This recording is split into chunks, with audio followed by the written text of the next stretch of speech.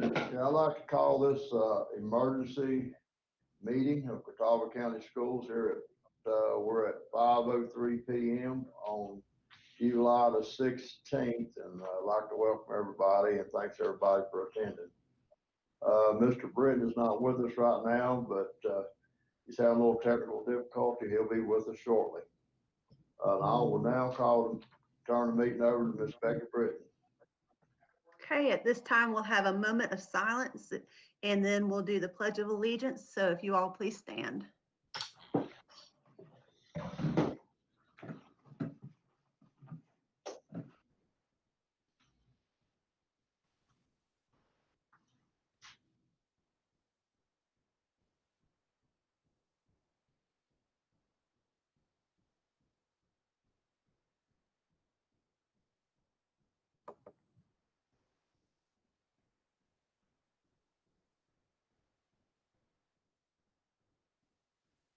Okay, if everybody would join me in the Pledge of Allegiance. I pledge allegiance to the flag of the United States of America, and to the republic for which it stands, one nation, under God, indivisible, with liberty and justice for all. Justice for all. Thank you all very much. At this time, I'd like to ask for your approval for tonight's agenda and see if there's any adjustments that we need to make. Does anybody have any adjustments? Okay, hearing none, I request your approval for tonight's agenda on July 16th, 2020. First, I need a motion. This is Kathy Starnes. I'd like to make a motion to approve the agenda. Thank you. I need a second. I'll second, Leslie. Thank you. I'll go across my screen. Glenn? Yes. Leslie? Yes. Donna? Yes. Kathy? Yes. Ron? Yes. And myself is yes, and David is not in attendance yet. At this time, I turn the business over to Dr. Stover. Thank you, Ms. Britton. Members of the Board of Education, thank you for calling this meeting for us. As you know, the governor came on Tuesday and has announced the state of North Carolina would operate on Plan B. And so we wanted to come back to you folks with a proposal today. Of course, you know, we've been getting feedback from our administrators, teachers, teacher assistants, and parents. Earlier today, around noon, the parent survey ended. And so we'll start tonight with just a quick recap of the teacher TA summary, and that'll be done by Deanna Finger. And then Marty Sharp will go over our parent survey. And then that will lead us into our proposal and how and why we got there. And I'll work my way through that. And at the end, we'll go through questions and comments. And so that being said, I'll turn it over to Ms. Deanna Finger. Thank you, guys. Good to see you tonight. I am going to share my screen and do a very... Deanna, Yes, sir. Just want to let everybody know that Ron's video is out. He is on audio, but no video at this time. Thank you. Right, thank you. I am going to share my screen so that you can see those results. I will be brief because we did go over these on Monday night.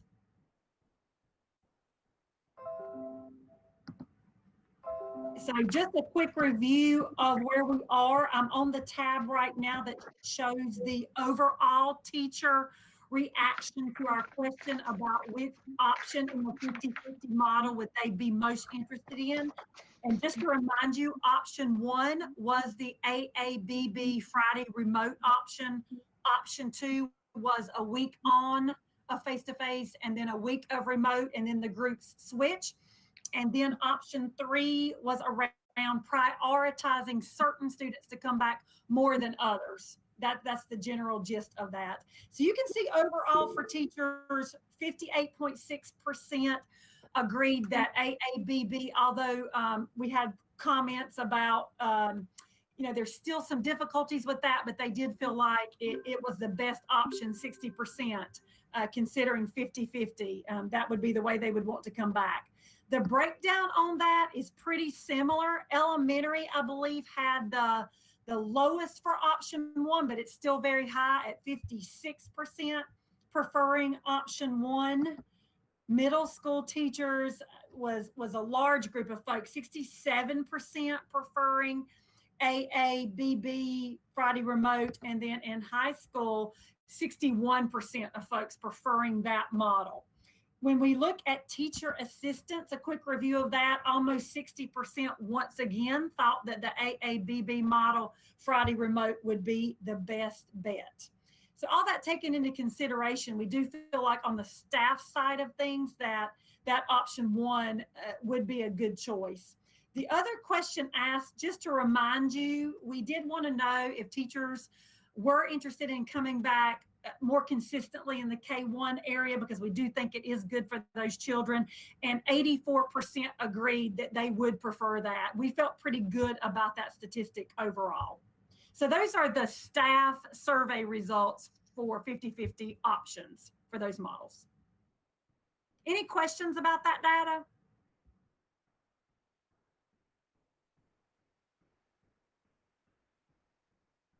All right, thank you guys. Okay, Marty. Sorry, my mic was off. Thank you, Deanna.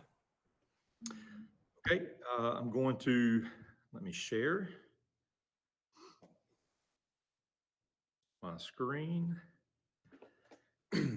All right, just want to make sure everybody can see. All right.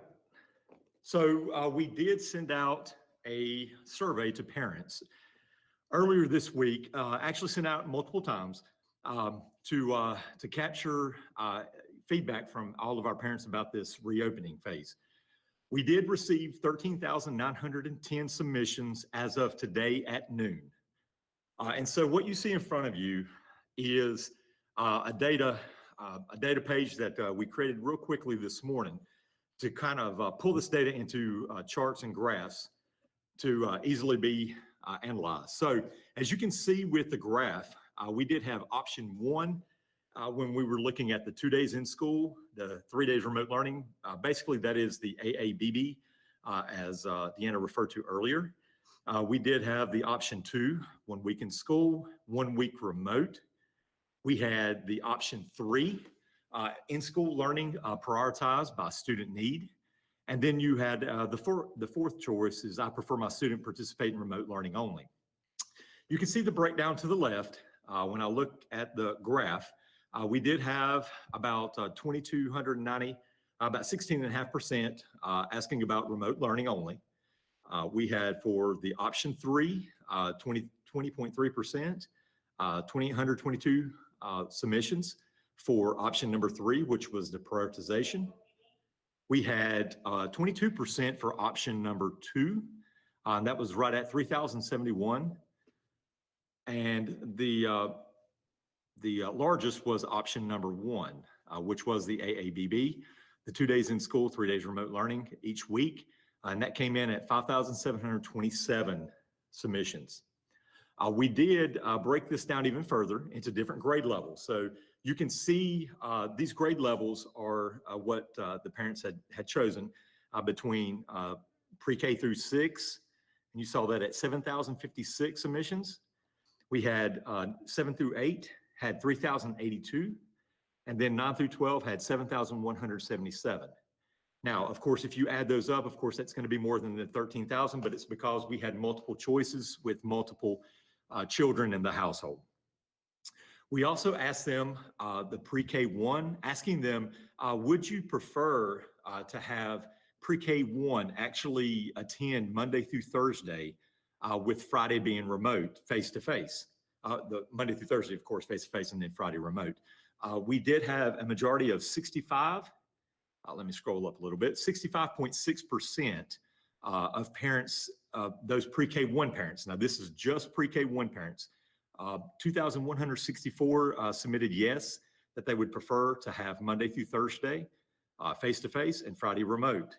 We did have 1,135 or 34.4% actually say no, they would not. We also asked them about bus transportation, whether they would require bus transportation or not. We had, again, we go back to the, they need transportation would be 23% or 3,200 submissions. And then when we look at the blue, which is the My Family Will Bring Our Child or Children to School, is 77%. And that is, if I roll back over, it should say 10,710 submissions. Are there any questions about the data that's been presented in front of you?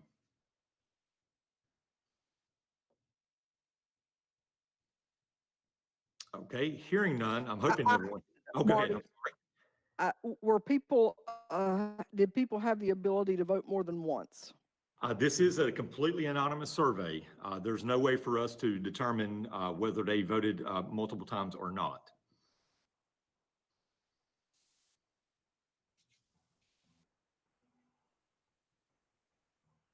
Okay. Any other questions? I'm sorry. No, thank you. Thank you, Marty.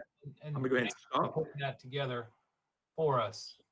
So, all right. So now here's where we're at. We've got our input from our administrators a couple weeks ago to arrive at 3 different choices under B. We are teachers, TAs, parents, and now it's ready for you guys. And I want to thank you all again for meeting tonight and your leadership in this difficult time. And I will tell you that we're all excited to get students in the building, and at the same time, we want to make sure we follow our 3 priorities, and that is students, staff safety as number 1. We stated childcare was number 2. We know how important it is for our community and parents to be able to go to work and continue to earn a living for their family. And then the third priority is the instructional effectiveness or value it brings for those students. And so our plan that we put together is derived from the input of our stakeholders and our beliefs as leaders of Catawba County Schools. And so that's the plan I'm going to present you right now. So without further ado, Marty, would you please pull up our AABB virtual plan that we've created and feel like is in the best interest of all our stakeholders based on the data that you've seen. So Marty, can you share the screen?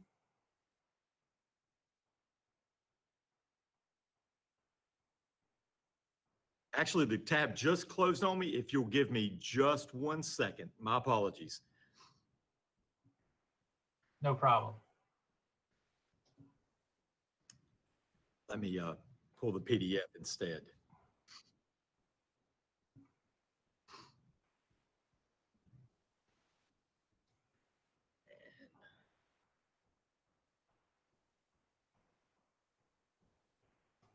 So sorry.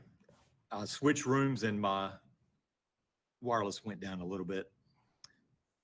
All right, and present.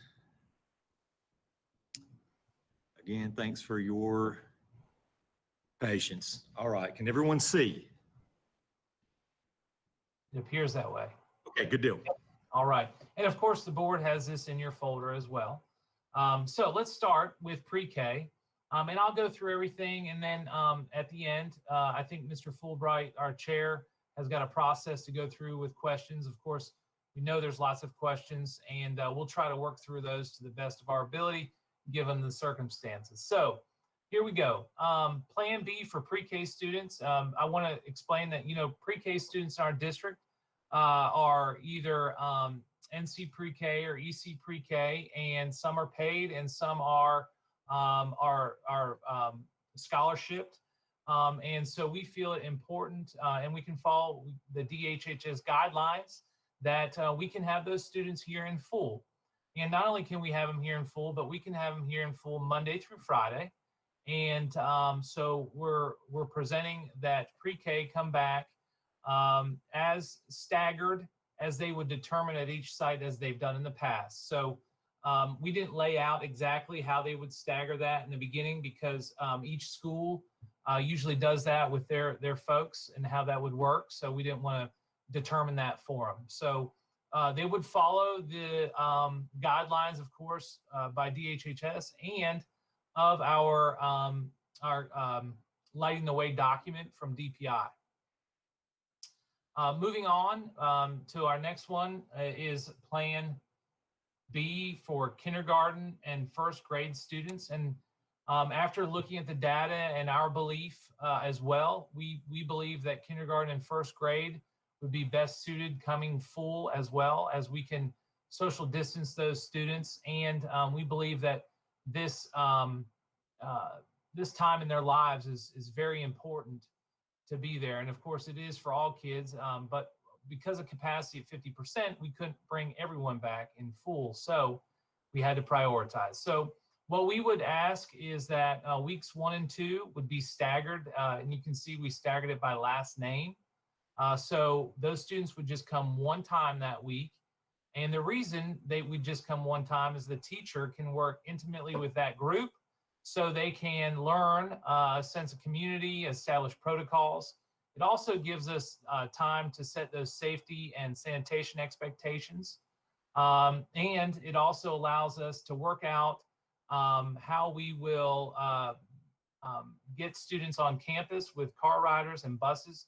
As you guys know, we have to have an attestation of symptom-free for all our students, and a temperature check. So we'll need to work through those things to make sure it's as fluid as possible at each site. Then in the third week, we would ask that our kindergarten and first grade students would attend face-to-face instruction Monday through Thursday. And Friday would be remote. And again, to cover that, we feel it is really important for our teachers to have time to plan and grade, and then be able to have specific feedback for our students. And our students then on Friday can do remote an activity or meet with the teacher online, parent-teacher conferences, whatever it may be. But it definitely, our teachers are going to need time. And I will say that no model is perfect. And I will tell you that this AABB model will be a heavy lift for our teachers. And we know that, and they're aware of that.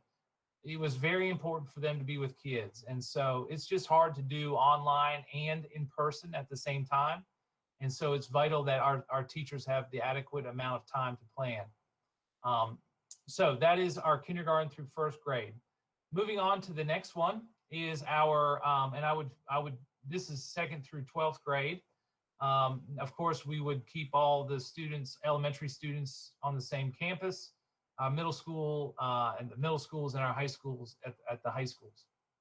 And the way we would propose that, again, the students for the first 2 weeks would only come on campus 1 day a week, and by their last name, so we can make sure we keep small groups. Again, allowing our teachers to teach those protocols and safety and expectations for our students. Also, too, really important for them to really start grasping the learning management system that our teachers have chose, whether it's Google Classroom or Canvas, and to teach our students how to utilize those online platforms. Because again, they would be remote 3 days a week. So this would allow our teachers, again, to work specifically with those students and really personalize that for them. Moving, again, Friday remote for the same reasons. Moving down, we have a different plan for our students at Catawba Rosenwald. You know, we usually have, to start the school year there, between 40 and 50 students. Catawba Rosenwald's capacity is well over 300. So we're able to, and their class sizes are 4 to 6 usually. So we are able to bring those students back in full. And speaking with Mr. Adams, our new principal, and their staff, they were not successful with remote learning. And so they felt this to be the best scenario for their students, and they would come Monday through Thursday face-to-face instruction. Again, Friday remote learning for them, for our teachers to plan and sanitize and, again, work through parent-teacher conferences or individual instruction for those students. Compass is also on here, and you'll see, and that is our first one on there, and I don't have it labeled, I apologize, but Compass is August 10th through June 16th. You know, they are a year-round, our elementary alternative program to help those students individually, social, emotionally, and educationally. And their staff and actually this must be our other one, Marty, because this is one of the changes we made today. But Compass would like to go Monday through Friday. Marty, if you want to scroll back up to where it says Compass there. And we need to make that change. We have it on another document, I apologize. And maybe you have the changed one in your packet, I hope. But we are asking that Compass come Monday through Thursday, or Monday through Friday, and they would be face-to-face. Again, those classes are really small, 1 to 2 students, and at most 4 to 6 students, and they can easily be safely socially distanced. And it's very important for those parents and teachers to be there with them daily. And again, they are year-round, so they would have breaks along the way as usual. And then lastly, in our Plan B, we would also like to bring our, and Marty, if you want to scroll back down, we're not quite done with the, oh, there's Compass on the one down below. Okay, great, thank you. On Plan B, we would like our EC special populations, but they are self-contained K-12 to be in person Monday through Thursday, if the parents are willing and able for those students. Again, our EC teachers and our administrators feel strongly that these students really are learn better in person. And there are many times things that deter them from being able to have remote instruction, whether it's a physical or mental a disability to do that. So we really feel like they need to be there Monday through Thursday. And also in our high schools, we would ask our occupational course of study students would come Monday through Thursday.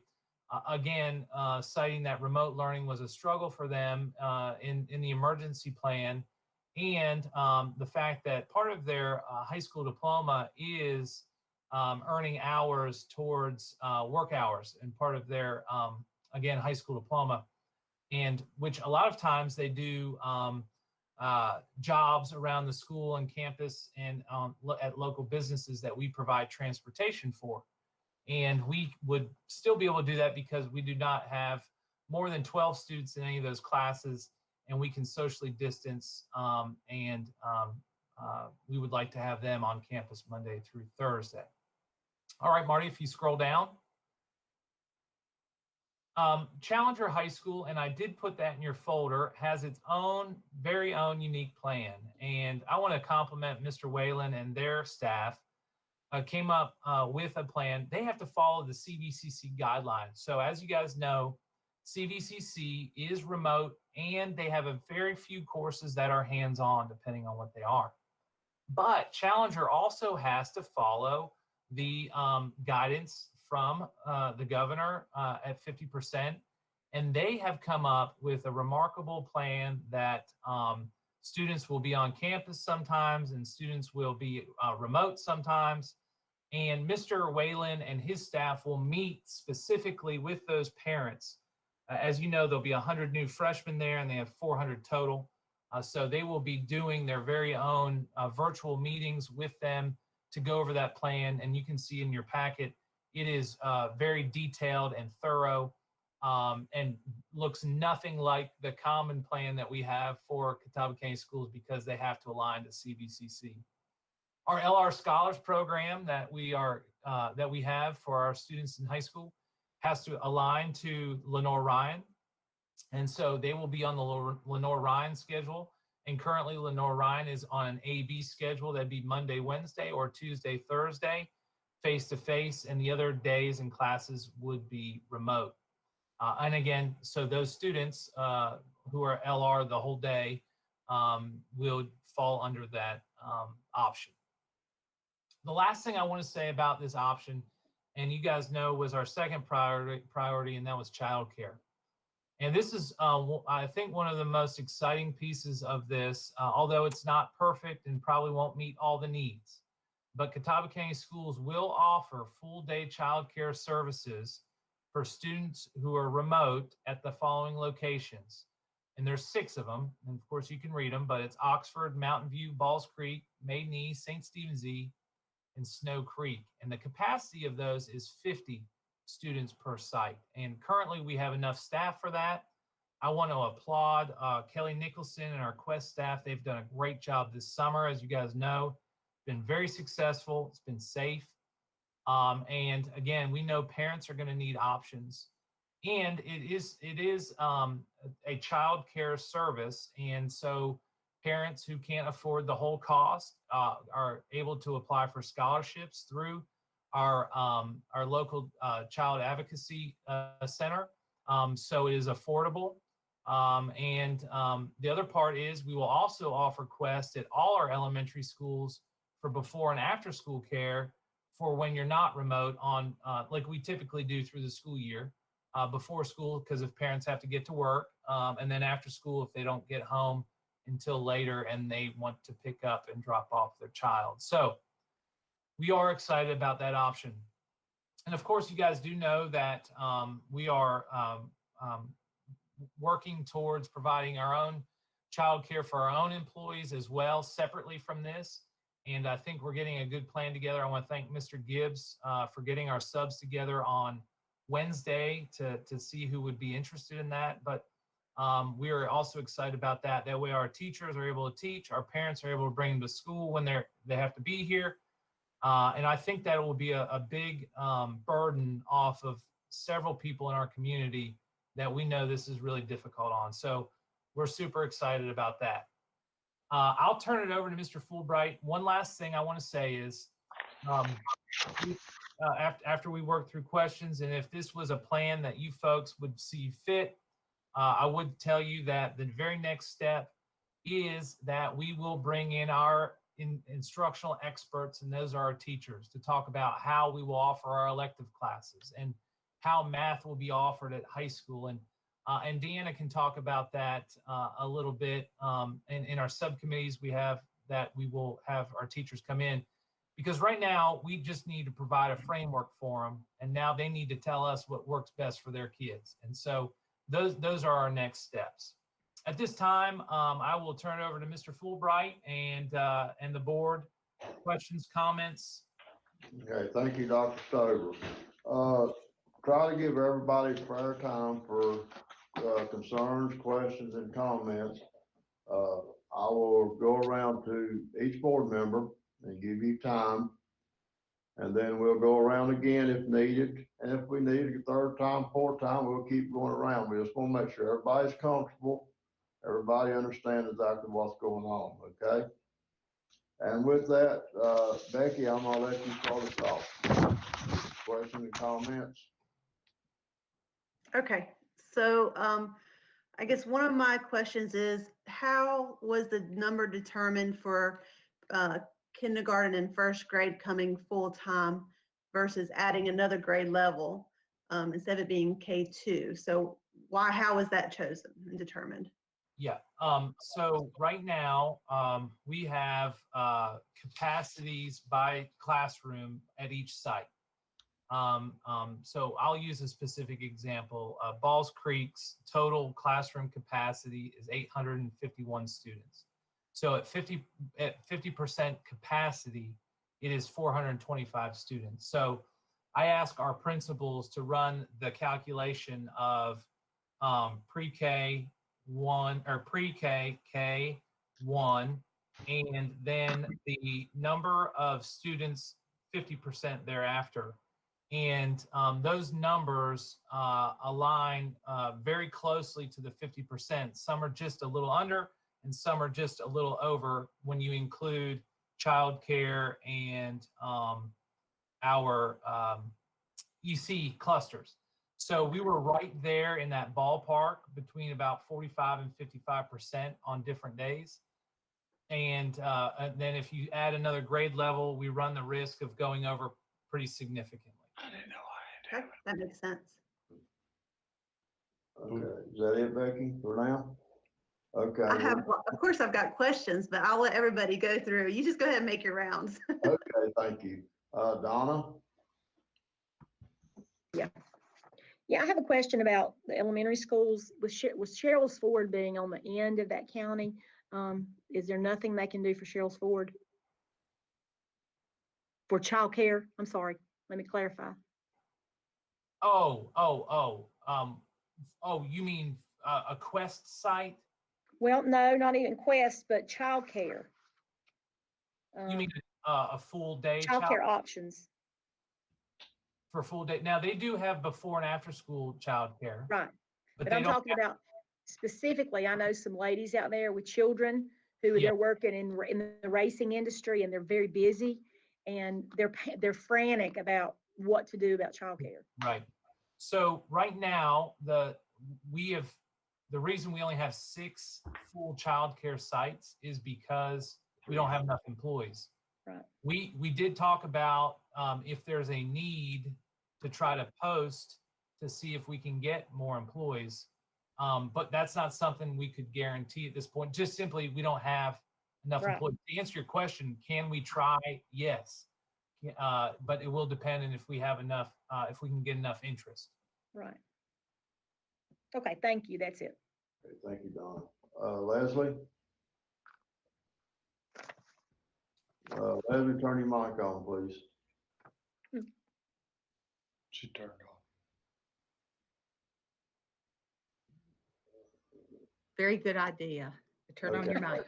Thank you. I might be getting ahead of things here, but I've had lots of questions about how will the children, especially at elementary school, social distance in the classrooms? And I know it's going to depend on individual schools and their configurations and their individual situations, but do you have some protocol or routines that you're discussing at this point? For instance, I've had questions about, will there be plexiglass put up around their desks? Will there be, how will they make sure they keep their masks on? And some of that we can't answer, but have there been some discussions of protocols that will be in common?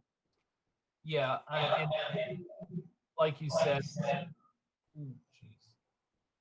are unanswered. But let me start with what we know right now.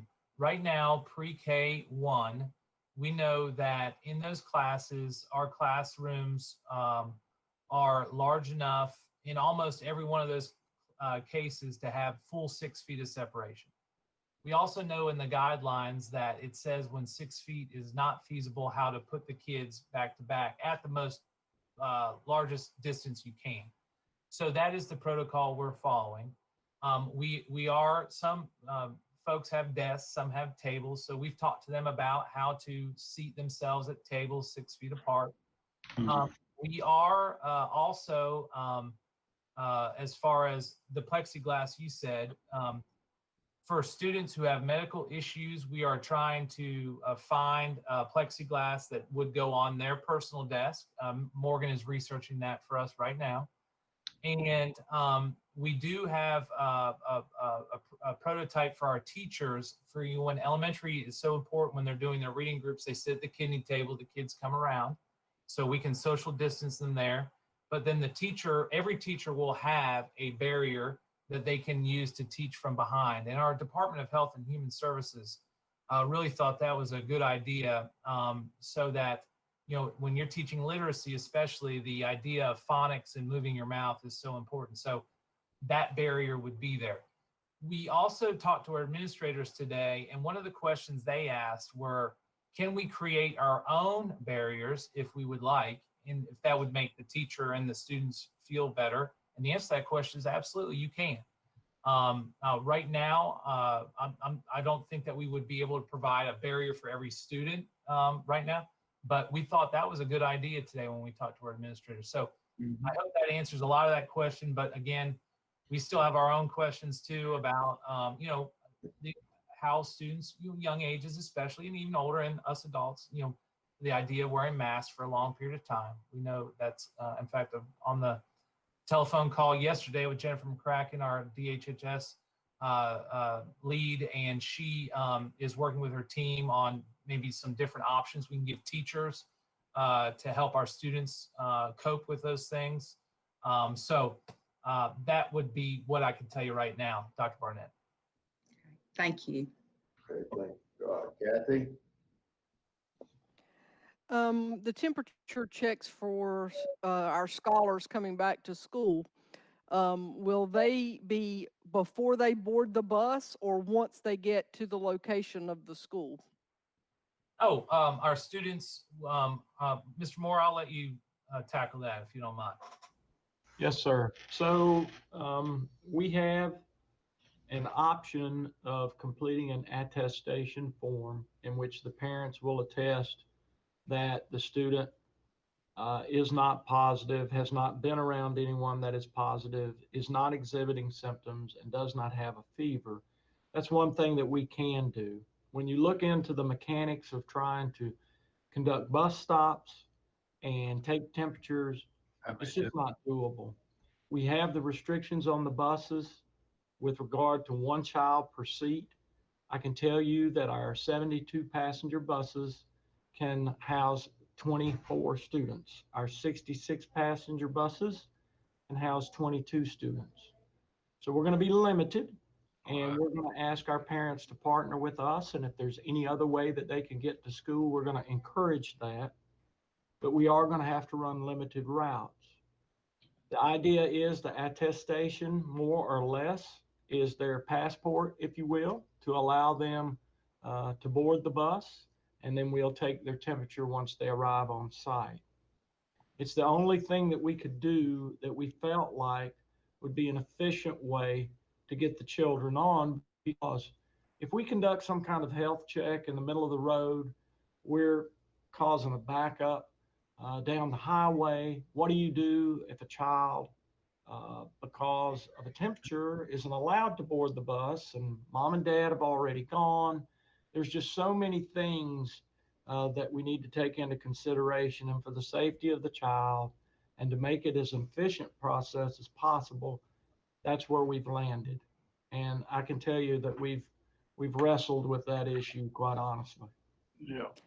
Well, that was my reason for the question. Is I understand that they're already running stop arms at a regular stop. If we were checking temperatures at a stop, we would really have a safety risk for our students boarding buses of people disregarding the stop arms while a child boards the bus. Sure. And our bus drivers have enough to do with just conducting a regular stop and keeping everyone safe and being aware. Asking them to do one more thing doesn't make sense to us. Okay, thank you. Ron? The one question that I have at this point is back to Dr. Burnett, along that line of the social distancing and as far as the classes, how much interaction, or will they, and I think we talked about it some time ago, but how much interaction will there be between classes? And I asked that, and we'll make a comment with that question.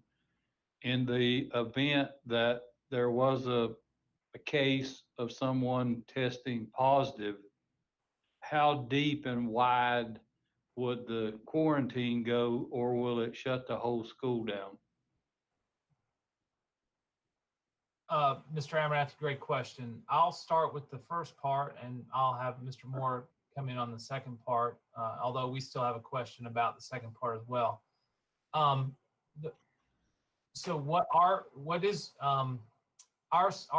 plan for our students to stay in the classroom as much as possible, other than to go to the bathroom, or if they have to pick up their lunch and bring it back, or go wash their hands, or if they go outside, of course.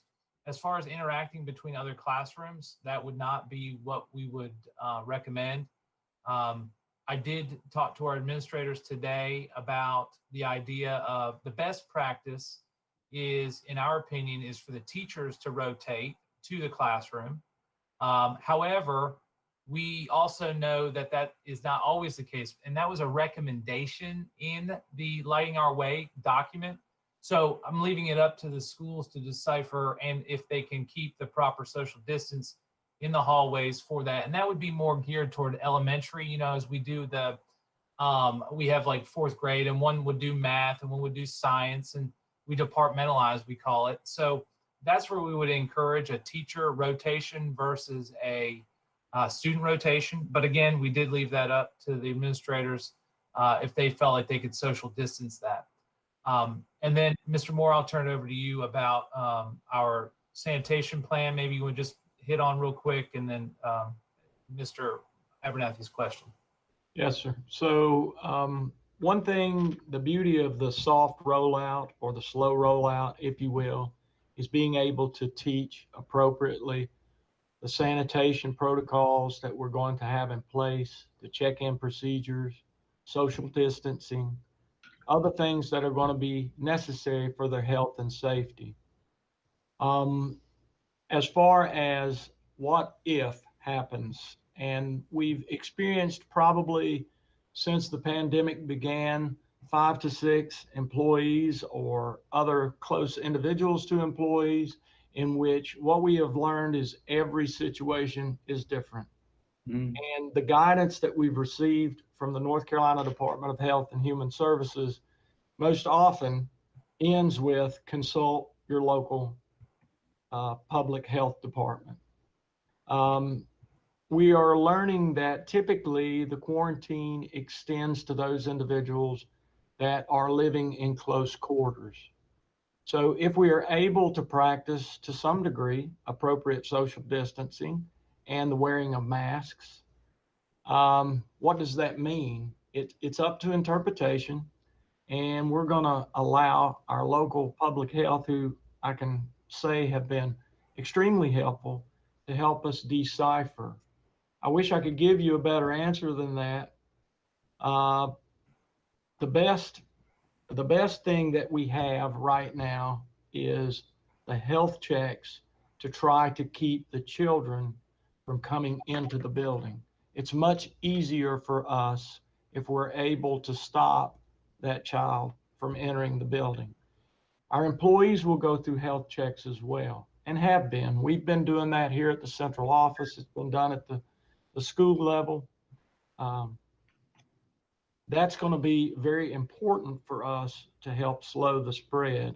I can tell you, however, and we all know of specific instances that people are going to be asymptomatic, and unfortunately, they're probably going to transmit it. We are going to have positive cases. No matter what our protocol is, we're going to experience this. Yeah. And we're going to follow those guidelines from our public health providers to do the best we can to keep everyone safe. Dan, are you, just to clarify, because that is a question specifically that I think parents are really chomping at the bit to get answered. Are you saying basically it will be a case-by-case basis that will be answered in conjunction with the health department? Short answer.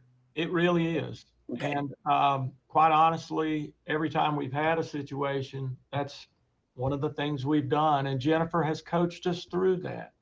And again, kudos to Catawba County Public Health and Jennifer McCracken for the help and support, and our school nurses. They've been great.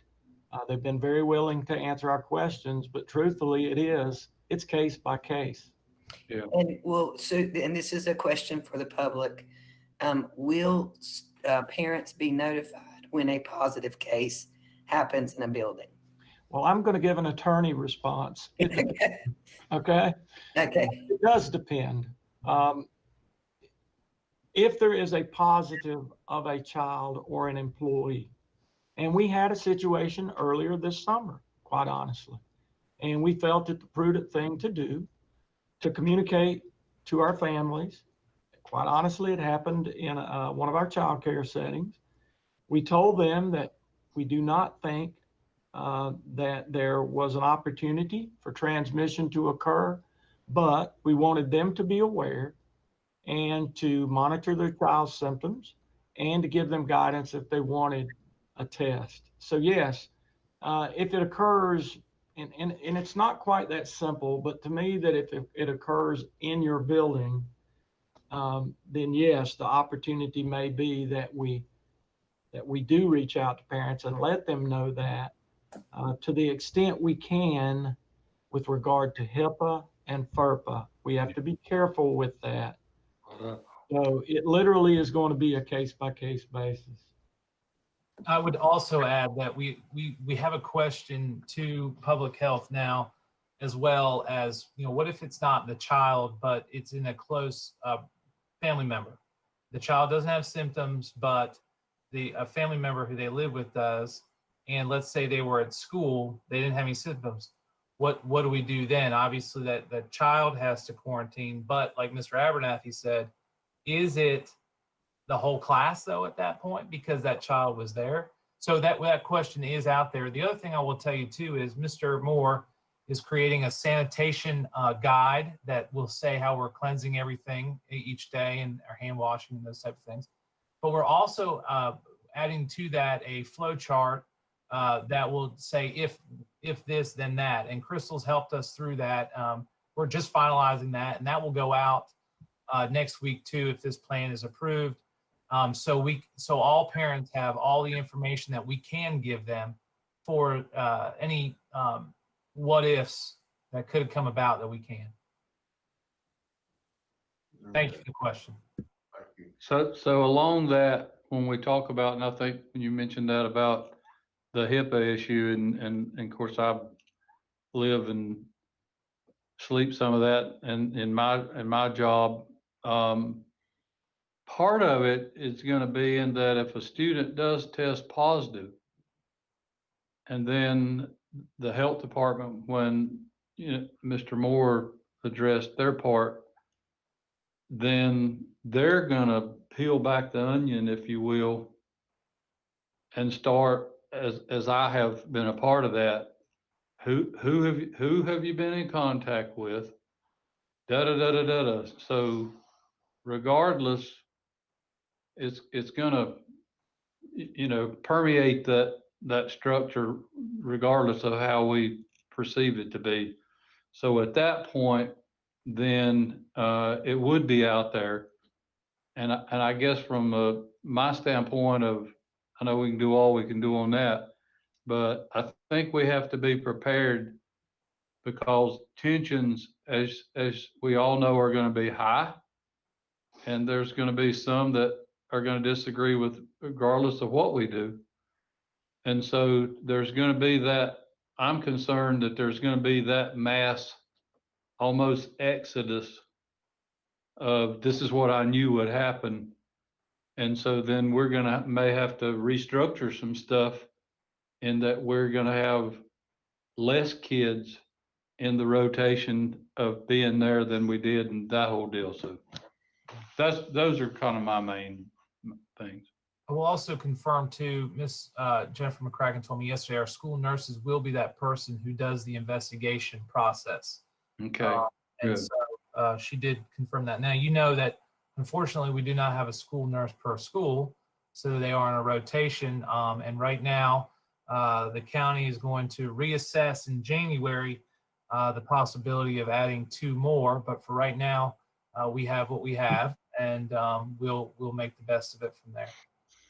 Okay, thank you. Okay, thank you. David? Where do we begin? All right. The first thing is making sure, I think, and it's more getting the word out there, but just making sure parents are aware that we do have the other option of remote only. We don't want this mass exodus of kids because parents feel like we're choosing option B that must be the one. So that needs to very much get publicized. Yeah. The next thing that I've had a lot of concerns with for myself as well as other parents is with kids remaining in the classroom, are they going to, especially pre-K to 1, are they going to be in their seats all day? Or what are we looking at? What is a day structure going to look like there? Yeah, thank you, Mr. Britton. First, answer your question is if this is approved Tuesday and that special press release and all the materials sent to the parents will be how they get to our virtual option if they choose it. Okay. And we're calling it an intent form. Do you intend on coming in person or do you intend on being virtual? That would be Tuesday if all this worked out. Next one is that's why we're having our teachers come in to start talking to us about what will work. I will tell you that I hope that they're not in their seats all day. I think we can rotate in the classroom. You know how we do reading groups now. Of course, you know well, your wife's a second grade teacher. So, you know, the kids have to rotate. And that's that teaching process in the beginning where the teachers are teaching them how to maintain 6 feet and how to rotate properly. And that's not an easy task for kindergarten, first or second grade, or even third for that matter. But we'll set it up. And but no, I wouldn't, as a superintendent right now, I would not hope that the kids would remain seated all day. Okay. Yeah. The Homework. question pertains to the guidelines with mask wearing and potential break times. What if we give a break time from kids wearing a mask and it happens, you know, let's say one of those is in the classroom, aren't we defeating our purpose in that case? Because if a kid coughs, sneezes, whatever, while that mask break time is happening, droplets get in the air. So is that defeating our purpose? Yeah, it could be. And that's why I've asked the Department of Health and Human Services to give us some pointers of what we could do. Okay. So one of the recommendations they've made already is to take the kids outside. Because outside, when the governor said when you're exercising on campus, students don't have to have their mask on. So, you know, maybe they need some more breaks to go outside. What I mean, and I've got my mask here, but for example, and again, that's why I've asked for clarification from the Department of Health and Human Services. And I'll model this, but when I've got my mask on, and so, you know, when you're talking after a while, this mask will heat up. Oops, sorry. Mask will heat up, and so you might just go like this for just a second and push it back up. And so what I'm asking clarification from the Department of Health and Human Services. If that happens, I don't want our kids or teachers to feel like they have to penalize kids if that happens, because as adults, I'm telling you, as we meet today, as we interviewed folks for different positions, you have to take a bit of a breather. And I'm not saying to leave it off for 10 seconds, but what I am saying is I think we need to have some grace, especially with our youngins, about how that might look. And again, but I am getting guidance from DHHS on that. Okay. And then the final, which I'd sent to you by text message, and I'm just putting it out here because I wanted people to realize it was asked, was could pre-K through first, since they're a full-time, be structured as academics from like 8 to 12? That way, if parents wanted to pick up earlier and focus on the extracurricular stuff outside, they could do that.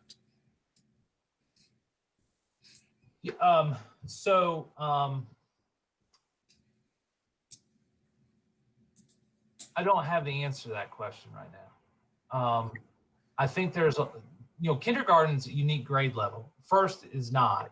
First is a mandatory grade level. Kindergarten is not. So parents really in kindergarten have the right to pick them up when they want. Okay.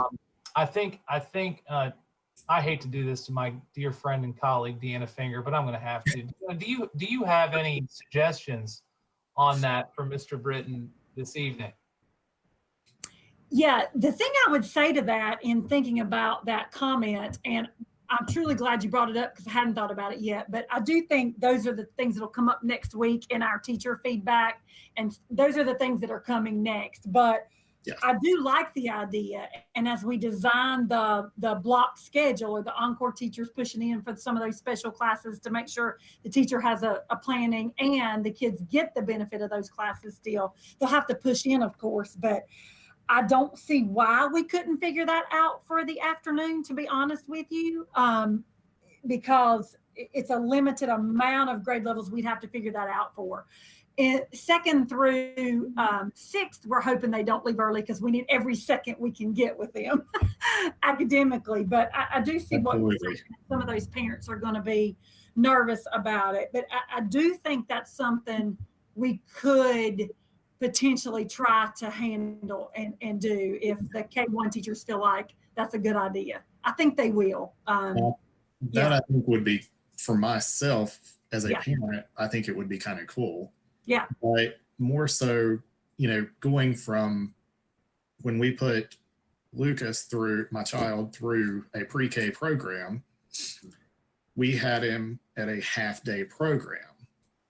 Some of your parents are now wanting to kind of resort a little bit back toward that, saying plus with a full mask for 8 hours or 7.5 hours a day, it's a little concerning to them. So that's why I'm asking. It's been brought forth. That's why. And sure, absolutely. I think it's a great suggestion.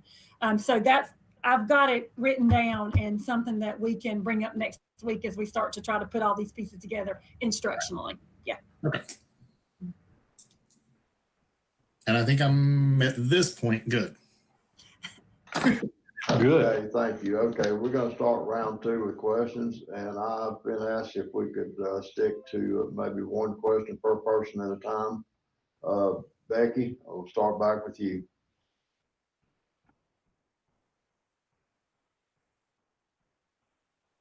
Well, do you want to go ahead and ask any questions? Because you're part of this as well. You're off microphone. Sorry. I'll hold mine to the very end. But, Okay. All right. I just didn't want you to be left out of this. So listen, I'm really enjoying y'all's interaction and your patience. So I'm being blessed at the same time. Listen to all your comments. Thank you. okay. My question also kind of piggybacks off the intention that we had just spoken about, the intention statement. Is there going to be any kind of structure about that as far as students will be committed by the quarter or by the semester? I know with high school kids, they take classes by the semester. Is there going to be any structure to that? Yeah, thank you, Ms. Brenton. Another great question. And yes, so high school would be by semester. You have to commit for the semester. And then for our year, K-8, we're asking for a full year commitment at this point due to the fact that we've got to find teachers to teach the virtual. And then once we have kids in there, then I couldn't let the other kids hanging if I had too many come out and then flip-flop the teacher back. So we are asking people to make that commitment for a full year K-8. Okay. Okay, thank you, Becky. Donna?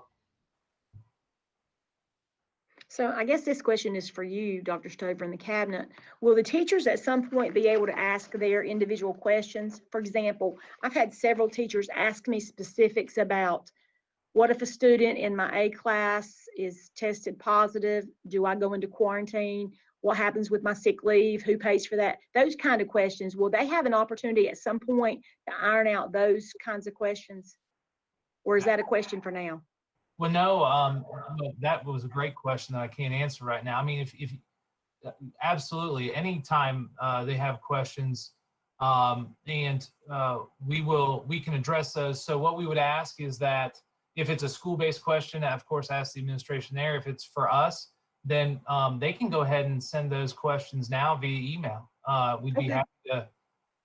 And listen, if we have the answer, we'll let them know. If not, if we need their help to figure it out, we'll let them know. But they're welcome to start asking now, because we know And I'm gonna, I talk to all staff every Tuesday morning, and I'm gonna try to hit some of these, but still then, they'll still have lots of questions. Right, because based on the school, all the criteria will be different, or the needs will be different. For Sure. example, when we were talking about the teacher rotating, well, that can't happen in a high school, for No, example. right. Yeah, that's not, you can't rotate there, but that is where we have to have very structured transitions. And that is gonna be a difficult taking, but our high schools do a good job figuring that out. But yeah, kids will have to transition at some point. Okay. Also, Ms. Carpenter, there is on the website, as far as leave information, Right. that there's a whole section that Mr. Gibbs has posted that will answer questions about leave in the event of positive tests or quarantine orders, that kind of thing. So that can be accessed on the website, right, Chris? Is that like a question and answer? Yes, it's like a Q&A. Okay. Thank you. And that's on just the webpage, Catawba County webpage? Yes. COVID-19, when you click on, our webpage is under construction, click it off, and then you hit the menu, and then boom, it says COVID-19, you're right there, and it'll have. Thank you. Okay, thank you. Leslie? Yes. And to just add something to Donna's comment she made, I don't know if maybe y'all have already said something to teachers about the kinds of masks, but I've had teachers, I don't know if that maybe got the question started, but I've had teachers ask me, can it just be face shields? Does it have to be masked? Does it have to be a mask with a face shield? So just not to ask you to answer now, but that's one of the kinds of questions that we can, I don't know if that's on your Q&A or if that's something that could be put out there. Yeah, I can answer that now if you'd like, Dr. Barnett. We do plan on answering that for him. Right now, it is it's a cotton face covering, so that's what it would have to be. The question we had was about face shields in lieu of that. If the teacher or student has a medical condition that would not allow them to have a face mask, then I talked to DHHS, and if the employee or student wanted to, that could be a possible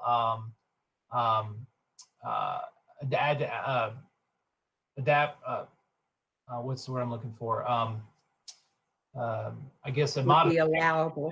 Yeah, a modification for them, given their medical issue.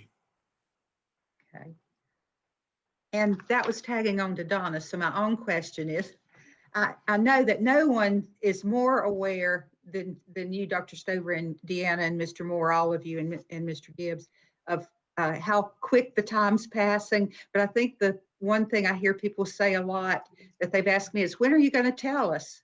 And I heard you say Tuesday there's going to be an intent form go out, but is that also a day that some information is going out about protocols and routines? And Yes, tonight, if this plan's approved, we plan on having a small release of the overall structure to the public, letting them know that on Tuesday, more information is coming.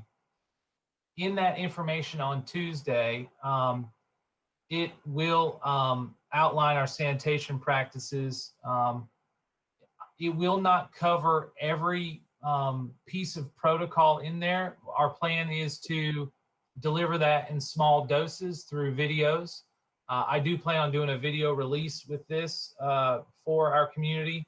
And then our schools over the next 4 weeks, I asked them to create their own how-to videos at their site. So if I'm at Murray Elementary School, Ms. Garcia would create a video on how do you pull in, where do you park, how do the kids come out, how do they get their temperature taken, how do they get on the bus, when do the masks have to go on, how do we walk in the hallway, all those specifics.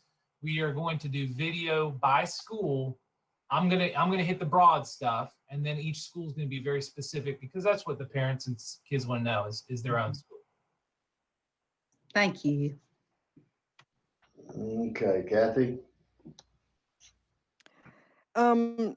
this is for Mr. Moore. I was at a restaurant and they had some plexiglass, but they also had plastic see-through sheeting in lieu of the plexiglass in some areas. That would that be possible? In areas where maybe it's, different spacing where the plexiglass may not fit, but we could have the plastic sheeting. Yes, we're being, as you can well imagine, we're being inundated with a lot of vendor advertisements, if you will. And Yes. we're trying to stay as local as possible and utilize local resources to help meet this need. Morgan's done an excellent job with that. We do have, as Dr. Stover mentioned earlier, their plexiglass Lexan type barriers. We're going to have those as well for our high school teachers, middle school teachers. If you can imagine a barrier that is see-through, that hangs from the ceiling, things that you've seen at either food stores and some restaurants, as you indicated. We have to be careful. We make sure everything that we put in a building meets fire code, and we have to make sure that it doesn't block egress in any way. So we are also purchasing some for individual students that parents may feel that because of some medical concern, their child can't wear a mask, doesn't feel comfortable with the shield. They want some measure of protection and things that will literally fit on top of a student desk. There's a lot of products out there and there's a lot of people pushing those products. And what we're trying to do is get the best product that we can that will meet our needs.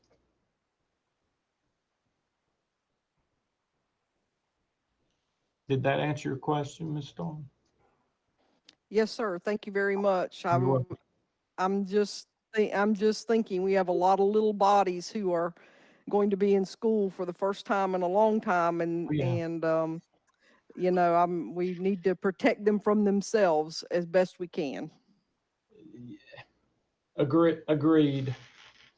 5 months. Don? The other question I have, and it's been answered to some degree in relation to the mask.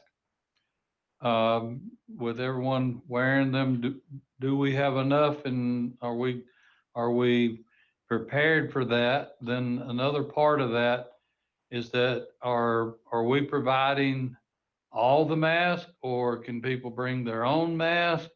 Can they have messages on their mask? Can they have different prints on their mask? Where are we with all that? Because as you know, I've seen everything there could be put on one. And some, I don't know, that people wear, I guess it just makes them feel better, wondering is that really working? And so what's our protocol about all that? To Mr. Moore or Yes, sir. Dr. Over, whoever. So I can chime in. I'm going to clarify one thing, that the mask will have to follow dress code in terms of the free speech limitations. Of course, there can't be violence, expressions of violence, drugs, alcohol, that sort of thing. So that's one thing. And I just want to get that out of the way. Dan, you can talk about the other stuff. Thank you. Yes. So we will be provided by the state of North Carolina 5 masks per student, faculty member, and staff member. And these are cloth masks. We have not received them as of yet. The idea being that each child will get 5 and they're washable, and you continue to bring them. We are also supplying our schools with disposable masks for parents that may want to access the building, forgot their mask, don't have a mask, and to gain entry into the building, or if a child's mask is torn or broken, or a faculty member's for that matter. So we do have masks on the way, and we do have a supply, and we will continue to keep a supply of disposables to meet the needs if in fact a student forgets, a faculty member forgets, or a person that wants to access our building does not have a mask. So when we say 5, is that 5 a day, 5 a week, 5 for the semester, 5 for the year? Well, right now, and that's a great question, but right now it's 5 per student. And so I am assuming that would be in place for as long as we're under this pandemic. I think we all agree that 5 probably won't make it. We have purchased for our own employees as we began this process. We have a local vendor that provides them for us. And as you said, there are people that are using other examples and styles and types. Quite honestly, from where I sit, I don't think it has to be the official North Carolina provided mask for it to be sufficient. I think people can use what they feel comfortable with. We do have that exception that we're going to have to deal with where people don't want to wear a mask, but we are going to ask that there has to be some medical guidance there. The masks that the state is sending for our employees and students are washable. I don't know how well they'll hold up, but that's what they told us. And the second part is I don't know when they're coming. Well, and to go along with that, I hope that we do some education with them because, as you know, there's a whole lot doctors tell you, medical people tell you about handling the mask, touching the mask. I mean, you can wear that thing all day and be protecting you and put your hands on it and take it off and then touch your face or whatever, and whatever you collected on that thing, Exactly. amount of time wise, you just contaminated yourself. So that's part of our, one of the requirements that is in the guidelines is to teach and model appropriate usage of PPE. And I think, again, that helps us with regard to our soft rollout to reinforce those things. Yes, I agree. Thank you. Yes, sir. Okay, David? My question, this is actually concerning kind of a protocol and what it's going to be. Students arrive or dropped off, pick up, drop off, and tested, have a temperature, can't get a hold of a parent. What's the protocol then? So we are required to have an isolation room, Okay. an area that's established for those children. And as you well know, sometimes it's difficult to get a hold of parents in order to come get those children that are sick. We'll continue that practice to the best of our ability. But we do have an isolation room that's not to be used for any other purpose. It would be monitored by one of our staff members. We would ask, of course, the child to have a mask on. When I say monitored, I see the concern on your face. And by that, I mean that the individual would wear a mask and a shield and gloves and would maintain appropriate social distancing so that they're not in any danger, but we can't leave a child by themselves in a room either. So that's part of the protocol, that we have an isolation room so that children aren't out in our normal situation infecting others. Okay. Mr. Britton, there's also a recommendation that we create a travel team that would be able to take kids home. And we have not discussed that in length.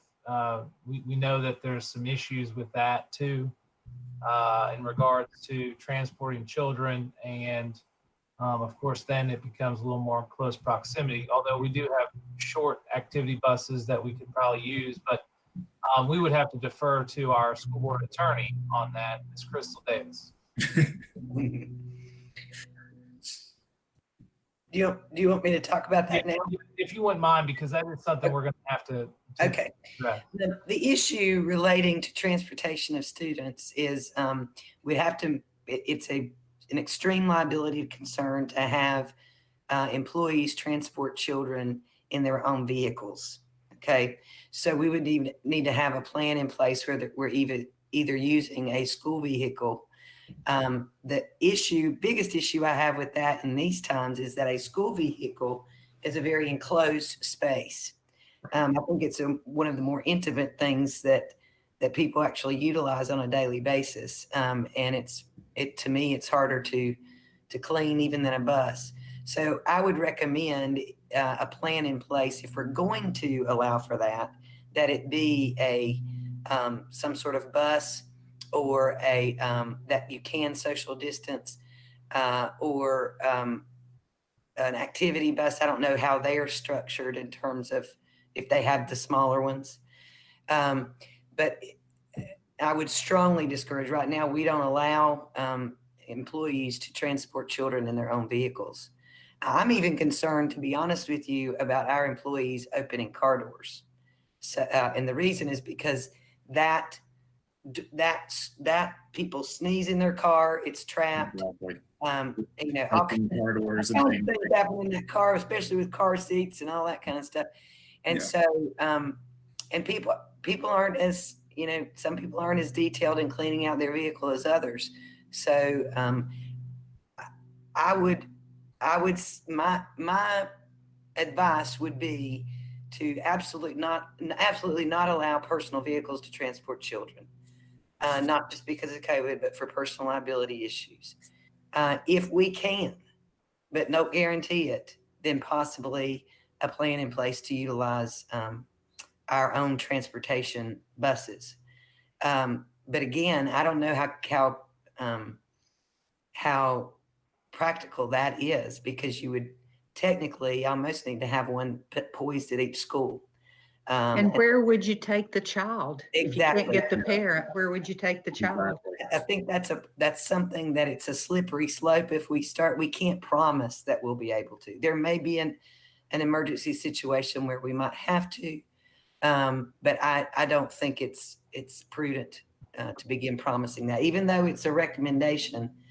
Well, it's not a mandate, so. Yeah, it's not a mandate, but I just don't think it's a very wise recommendation at this point.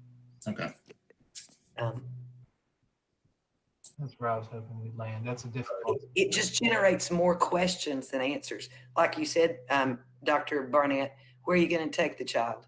Who's going to, what plan have we got in place? So it has to be some responsibility at that point. And it may be that if it's severe enough, we have had situations where we call an ambulance, medical providers. I don't know if we'll get to that point. I hope not. Yeah, I agree with you, Crystal. I don't think we need to be transporting students, especially in our personal vehicles. And not sick on top of Taking that. them on, parents should have a way in order to get in touch with them at all times. And I think that's something that we can point out too in our education, that in the event we do contact them to pick up their child, they are responsible for that. Just to make them aware and have them, encourage them to have a game plan in place just in case. Crystal, Yep. there probably needs to be a time limit with which they have to pick up a sick child attached to that policy. Yeah, I don't know that there can be a time limit, because as far as during the school day, we have a duty to isolate them. And I think that we can encourage and say, please do so within the hour. But what are we going to do if they pass the time? I mean, we have that going on now with parents not picking up children and staff having to wait after school. I think one time my parents forgot me. So I think that, what are the consequences if they wait after that? That's an issue. The public knows that we're not going to turn a kid out on the street, but we will encourage, certainly, for the safety of everybody else. Okay. If you need round 3, raise your hand. Need a break. Okay, Becky? So I'm going to ask a question still on the intent statement, just so I guess families can kind of know what's coming out with that. So So is that going to be a document that, how are they going to be able to make that decision? Is that process going to be done online, or can they do a paper pencil, stop by the school, make a phone call? And with that, is there going to be an option to make a request to be with certain kids, other students, because of, say there's, a mixed family, and one may have a last name in the first category, and the other side of the family has, in the second side. So are they going to be able to make those requests? And then also with carpooling of kids, I know some families carpool students. Are they going to be able to make that request as well, or is it going to be specific just for families? I'm starting to think that you got a bug on my computer, because we talked about that right before we came in here with Stephanie about what that would look like. We're sending out the intent. We're sending out the notification packets, if you will, electronically, and our intent forms we're also going to mail. And the reason is we've been up and down on email addresses for parents. So what will happen is if you get it in the electronically, it will refer you to a spot on the website to go click it. If you don't have access to the internet, then we're going to ask you to call the school, and then we can fill it out for you, and you don't need to even come into the school. So we're working on that process. The other part of that is, in fact, indeed, we are going to put on there that you can make requests. I live next to Matt Stover, but my last name's Bill, but we have to ride together. So, and we talked about that for transportation purposes. We're going to need to do that. It is in our principles. We talked about that. They asked if they could actually today. And the answer to that is yes. And so we will put on there if there's any recommendations or accommodations that you request, and that we will try to grant those, because it not only helps them, but it helps us as well. Going back to your family situation, same way, that's where that came up, is split families who are now combined. Obviously, we would put them together.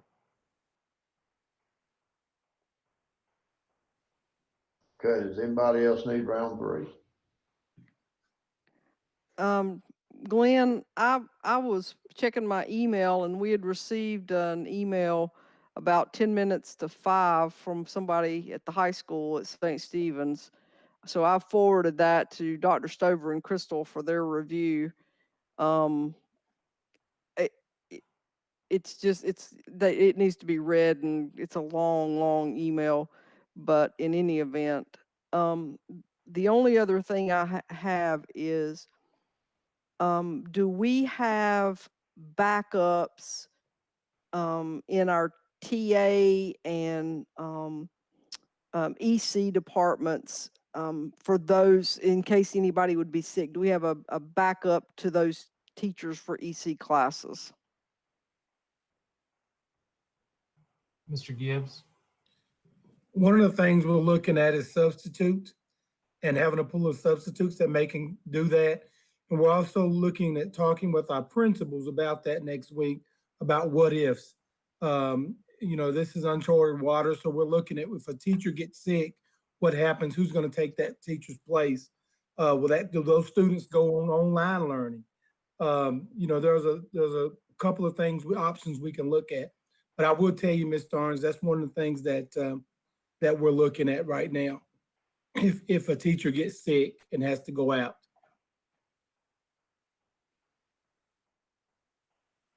Thank you, Mr. Gibbs. Okay, anybody else? I don't have a question, but I would like to say, as a retired classroom teacher, it's impossible for you to answer every question that every teacher has, but I know they have questions, and it's going to be a trial and error. It's going to have to be make it up as we go. I mean, this very uncertain times call for very uncertain, answers. And I commend all you folks who have been working diligently to come up with a plan. And I still feel that Catawba County teachers and their students are far leaps and bounds ahead of surrounding counties. And I commend you. Thank you. Don, I absolutely agree. Is there anybody else? I would just like to ask a question. I know that on the one survey, it showed that about 23% of the parents who responded to the survey thought they would need bus transportation. And I know with it based on just one student per seat that it looks like we'll need more drivers rather than less. But with 23%, Mr. Moore, of the students needing transportation, would that cause any bus driver to lose a job or any teacher assistant to? You don't anticipate anything like that? I've had No, some ma'am. questions from that. I do not. I think that, quite honestly, we've got a heavy lift. I think Dr. Stover mentioned that earlier. And speaking with our administrators this afternoon, we are going to, of course, encourage carpooling. We're encourage other ways to get to school, but there's some children where their only option, and we've got to have that accurate data. The one thing I'm encouraged of is that with us doing this 50% plan, and the reductions in the number of children that we can transport, I'm hopeful that we're going to be able to do this and do it well, efficiently, and safely. I know that Ivan Albritton, our Director of Transportation, and his ladies that set up the bus routes, we're working to get them that information. But as far as anyone losing, no, I think it's going to be all hands on deck. And quite honestly, we talked about it, we may need 2 buses on a route. I'm hopeful that that doesn't happen, because if you remember, we've only got 45, 50-minute separation between our times at the middle and high and our elementary school. So it's impossible for a bus to make a run and then go back and make a second run. Quite honestly, we may have to follow a bus with another bus to complete a route. I'm hopeful that that won't be the case, but it could be. So I certainly don't see us losing bus drivers. As a matter of fact, we're probably going to need those additional people. And as Mr. Gibbs said, our substitute pool is going to be very, very important. And people that are willing to come substitute even during this time. There's a certain segment of the population that may decide that's not what they want to do, that they want to not put themselves in that situation. But to answer your question, I don't foresee that. No, ma'am. Okay, thank you. And just one last question for Dr. Stover. Did you say in the intent form, there would also be a place for parents to indicate and learn more about the total remote learning, and could opt for that on that intent? You're muted. Dr. Stover's turning my call. Sorry. Yes, on the intent form, we've talked about today that it will tell them where to go on the internet to fill out that form and to look and learn more about it. Or they will be able to, if they don't have internet access, to call the school, and they can, or Miss Hall, actually, who's over the director of online learning, to call Miss Hall, and then she can guide them. Okay, thank you. Thank you all for taking time to answer these questions. Absolutely. One more question. Food services. Is our food services going to be up and running full-time, half-time? I mean, what's that going to look like? Or is that going to be kind of fluid depending on the number of seats and children in the classrooms? That's a good question. And Valda and her crew have been working diligently to prepare for what we're getting ready to face. Of course, they're going to offer food for our children, both lunch and breakfast. And there'll be a situation in which our children will proceed through the cafeteria, pick up their lunch, and take it to the classroom. Again, that's tied to social distancing. But what we also want to provide, and I can commend Valda for this, is she also recognizes that on those remote days, there are children that need to be fed. So earlier, if you remember, in the earlier stages of this pandemic, we had grab and go at the school. And so Yes. her focus is to provide those daily meals for those children that are on our campuses and simultaneously provide grab and go for those families that may need to be fed while on remote days. Roughly, the plan would be from 9 to 11, parents would be able to access and pick up food at the school. And of course, our employees would be focused on breakfast prior to that and lunch after that. It will be a situation in which there is no self-serve. Everything will be prepackaged, boxed, if you will, and handed to the children. It will be limited options, but she has a plan and her people are up to the task. And I just appreciate her diligence and thought and making sure that all children are fed. I have one more question, if I can ask this. It goes to the childcare issue. I noticed that our number is to be capped at 50 students per site. But is mass gatherings not at 25? How are we getting around that issue? Mr. Moore, you want to? Yeah, sure. So we will split those groups. There are some considerations that have been given at the start of the pandemic for childcare, where earlier in the pandemic, if you remember, 10 was the magic number. You couldn't assemble more than 10. But there were some considerations for childcare and have since been that 25 is the number of a group. And so our employees were able to have a couple of groups at each location. And that's why we've set that number at 50. It may be more than that. I talked with Kelly this afternoon. We are going to hire some additional group leaders. We typically have children in college that may be early childhood majors that are looking for some extra hours. And it may be that a school, Ms. Luke Carpenter mentioned earlier that Cheryl's Ford may need that service. We typically have quite a few kids at Blackburn. So it may be that we have to expand the program, and we will do it to the best of our abilities when we have personnel. It's going to be, here's what we've done. And the reason we kept it at those 6 sites is because those were our summer sites. And right now that's familiar. We wanted to make it as seamless as possible, but yes, there may be some expansion, and that's the reason for the number 50. Okay, thank you. And again, I just want to piggyback on Donna's comment earlier.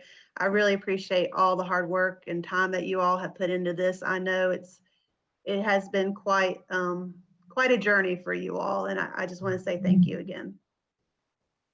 We thank you guys, and I'll tell you, these questions are helpful for all of us. Our wonderful communication marketing leader, Stephanie Wilson, is listening, and she's creating frequently asked questions as we speak. And so this is what we need so we can get it out to the public. And because either we need to figure out the answer or they need to know. So we appreciate you guys. They're great questions. And I want Dr. to thank Stover. everybody for not. Go ahead, Kathy. Dr. Stover, I just want the public listening in to know that this is a fluid document. It's in some areas that, we'll have to, as I think somebody said, figure it out as we go because things are going to change very rapidly. So anytime the administration needs the board for anything, I mean, these things can be arranged virtually. Please don't hesitate to reach out to us as a group for some kind of virtual conference call if there's something you guys need help with. That's what we're here for. That's what we were elected to do. And I just want you to know that we're here for you guys, whatever it is. If I can be of service, let me know. Thank you very much. Just for clarification, that'll need to be a properly noticed. Yeah. Not just a conference call. I know what you meant. Exactly. Yep. Well, I want to thank everybody for tonight. A lot of good questions, a lot of good information moving forward. We all know that we have to start somewhere. And Dr. Stover and his staff You guys have just been amazing. I would not want to be in your shoes. I can tell you that. If anybody's earned their money, you guys have definitely earned your money. To me, this is really hard. You know, putting kids and putting staff and then thinking that they're gonna go back to their homes. We don't know everybody's home situation. Everybody's home situation is different. You know, what's this gonna cost? What's gonna be the end result? We don't know. Hopefully we'll be moving forward.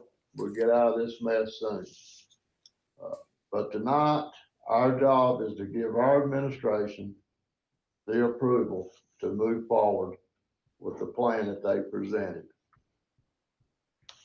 And with that, I am going to open up for a motion to approve the application of Plan B instructional model for 2020-2021 school year reopening. I need a motion. Motion to approve. I got a motion to approve from Mr. Abernathy. I'll second that. Got a motion, a second from Miss Leslie Barnett. We'll go across the board. Mr. Abernathy, Yes. Ms. Britton, Yes. Mr. Britton, Yes. Ms. Barnett, Yes. Ms. Donna Luz Cartner, Yes. Ms. Kathy Starnes, Yes, and good luck. Glenn, yes. Guys, thank you very much and good luck. And we all know that things will have to be tweeted as we go. With that, I need a motion to adjourn. I make the motion to adjourn. Thank you. Second. David, second. Across the board, Mr. Abernathy, No. Yes. Ms. Britton, Yes. Mr. Britton, Yes. Ms. Barnett, Yes. Ms. Donna Luz Cartner, Yes. Ms. Kathy Starnes, Yes, and thank you, guys. Glenn, yes. Guys, good night, good luck, and like Kathy said, if you need us, let us know. Thank you. Thank you. Thank you all Thank you, very everyone. much. Thank